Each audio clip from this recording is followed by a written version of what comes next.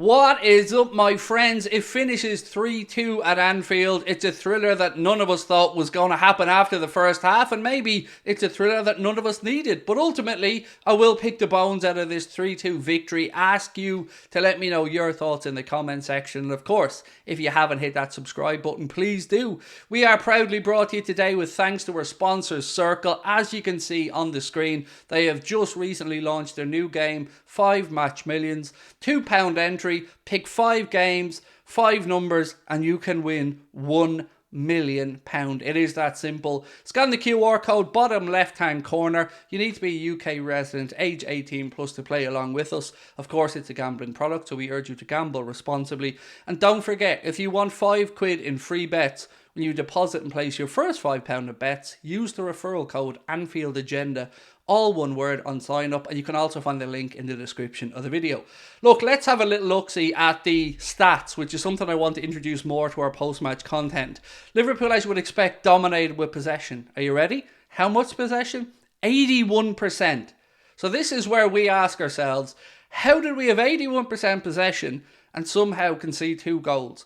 Answers on a postcard, because it's fair to say our defending today just wasn't good enough. We were out-muscled on occasions from long throw-ins and simple balls through the centre, but our forwards bailed us out. 2 goals from Diogo Jota and a wonderful goal from Mo. And I can't speak highly enough about Mohamed Salah's goal today, because it's everything I love about football. It's determination not to go to the ground with 2 arms around him. It's the physicality and all those hours in the gym working on his upper body strength.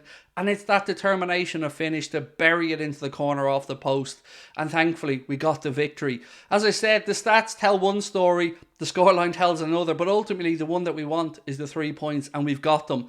Everton today, by the way, have dropped into the relegation zone. So, let's all spare a minute for the blue and white shy. Hello. Into the relegation zone, best stadium in the championship. So we've had 6 shots on target today to Forest's 5, which again is crazy if you look at the fact that we had 81% of the possession. 9 corner kicks to their 3, 6 shots off target to their 4, 8 blocked shots. We do seem to have an awful lot of blocked shots, by the way, in our games. I don't know if teams are just putting their bodies on the line against us or if we're trying to rush into shooting positions, but either way, the main talking point here is that we got the win. And we will pick the bones out of it and ask questions about how we are so easy to get at defensively. How can you have big men like Virgil van Dijk and Ibrahim Kanade, and Kanade getting out-muscled by one of the Forest players? I think it was Brennan Johnson, who lifted over Ali and it rattled the bar. We need to shore up at the back, but thankfully our forwards bailed us out. Now, I've already given lots of plaudits, and rightly so, to Mohamed Salah. But Diogo Jota, 4 goals in 2 games coming back from injury. And again, really good goals today from Diogo. Absolutely justified the manager's decision to start him in the wide left position. And look, when Darwin came on, he had a couple of chances, but didn't really deserve to start the next game. And I've got to be fair about this. I want to be sitting here saying I want Darwin to start, but again, based on the performances we're seeing of those ahead of him in the starting 11, Klopp's decisions are being justified. Now, I guess the big questions will come around midfield again, right? And Henderson had a decent game today, worked hard, but Curtis Jones didn't impose himself, wasn't as important as he was in recent games today. And I'm not going to throw any shade on Curtis Jones, because I think our midfield as a whole today could have been better. Fabinho managed to walk that tightrope and not pick up the yellow card, which would have seen him suspended. If he got a yellow card today, it would have been his 10th of the season, meaning that he would have had a 2-game ban coming up for those games against West Ham and Spurs. And thankfully, he was taken off at the hour mark, substituted for Thiago, who was a bit sloppy when he came on, a bit sloppy at times. One thing I want to just really get across here, though, is we should be grateful for Klopp for this tactical tweak that has unleashed, and I do say the word unleashed with a lot of enthusiasm, because Trent looks like he's reborn. The impact he is able to have in games in this new position, the set-piece delivery that he has, that right boot of his, it is beautiful. That ball to Mohamed Salah was stunning. Trent Alexander-Arnold, we need to figure out how to shore up at the back a little bit. We do. I don't think we can go with this 3 at the back and leaving the space down there for people to get into. But ultimately, I don't care. If it gets more out of Trent, I'm for it. But we do need to figure out a way to maybe have somebody in defensive mid who can provide a bit of a shield across. Or, I don't know. I'm nitpicking, but I'm really happy because I feared in the first half we'd have a situation where we'd be here at 65, 70, 75, trying to find the breakthrough. Because Forest came and they set up to defend. They set up to play in the counter to try and get stuff from set pieces. And over the years, that has been an Achilles heel of Liverpool's. But today, we found a way to get over the line. And that's what it's about at this point of the season. They don't always have to be pretty. They don't always have to be 6-1s. But you do have to finish up with the 3 points. So I'm very happy for the lads that they did. Of course, all eyes will now turn to the London Stadium for a game against West Ham midweek. Big game in the season for them. They're just above the relegation zone. I think they'll probably be just safe. But for us, we need to pile the pressure on. Obviously, we know Newcastle play Spurs this weekend. A result there or a draw even would help us out. But look, I want to talk, before I finish up today, I want to just talk about our defence and Andy Robertson in particular. It must be under instruction from Jurgen Klopp that he keeps checking inside, and I guess it's to protect the ball. But I think we're losing a lot. There was a couple of occasions he did try and take on the fullback, and he got around them.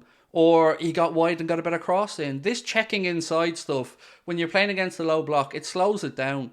And we need to move the ball a little bit quicker when we play teams like Forest that are sitting there. You need to switch it side to side. This one touch and then give it, it's not enough. It needs to be quicker. It needs to be more intentful. And we need to be a little bit braver at times.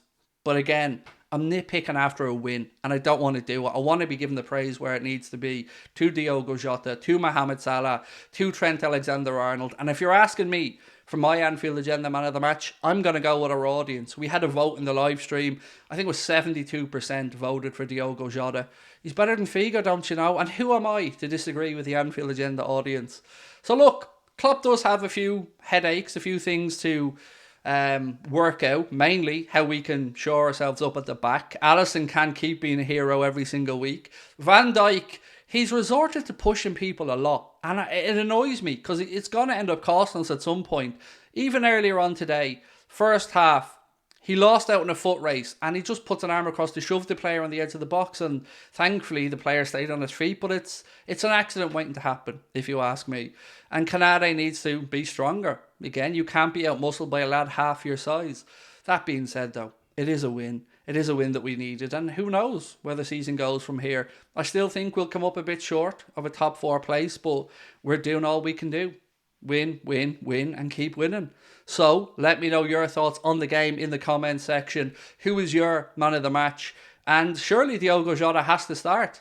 I thought when Darwin came on, I didn't see enough. I didn't see enough to really justify him trying to start in the next game. There was one run though, just before I finish up. One run from Lucho that summarised exactly why we love him. Gets the ball deep inside his own half, cuts in between 2 Forest players, and then just darts down the left-hand side, slips the ball into Darwin, who gets a free kick from Nico Williams. And it's that little burst of energy and enthusiasm and the difference that it makes to the team, to the fans, to all of us.